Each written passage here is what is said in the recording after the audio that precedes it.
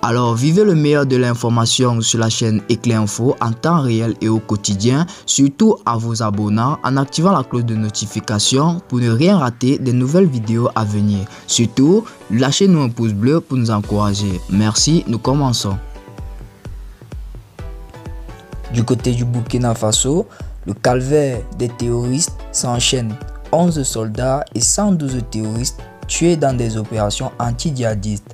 11 soldats et 112 terroristes ont été tués ces derniers jours lors de plusieurs opérations anti-djihadistes au Burkina Faso. Cible d'attaque meurtrière ces dernières semaines, a annoncé jeudi l'état-major des armées.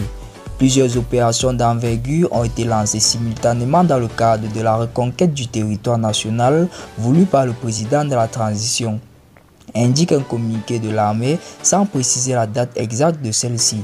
Au cours de la progression de nos unités, 11 de nos combattants ont perdu la vie sur le champ d'honneur.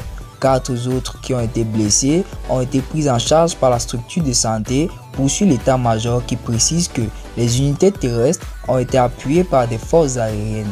L'armée indique également que 112 terroristes ont été neutralisés et tués, et des armes, des véhicules et des engins explosifs détruits ou récupérés. Les opérations menées depuis plusieurs jours se poursuivent dans le nord et l'est du pays, particulièrement touchés par les attaques djihadistes. Selon le communiqué, elles ont permis de reprendre le contrôle de certaines zones et en particulier la commune de Parsiaga dans l'est du pays où plusieurs civils ont été tués début mars par des groupes armés djihadistes.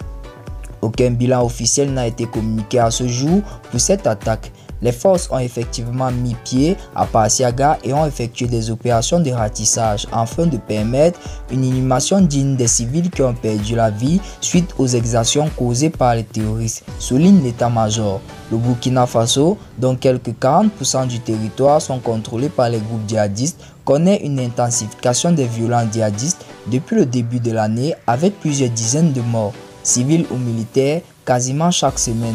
Le capitaine Ibrahim Traoré, président de la transition, arrivé au pouvoir par un putsch il y a près de 6 mois, avait fait part en février de sa détermination intacte combattre les djihadistes.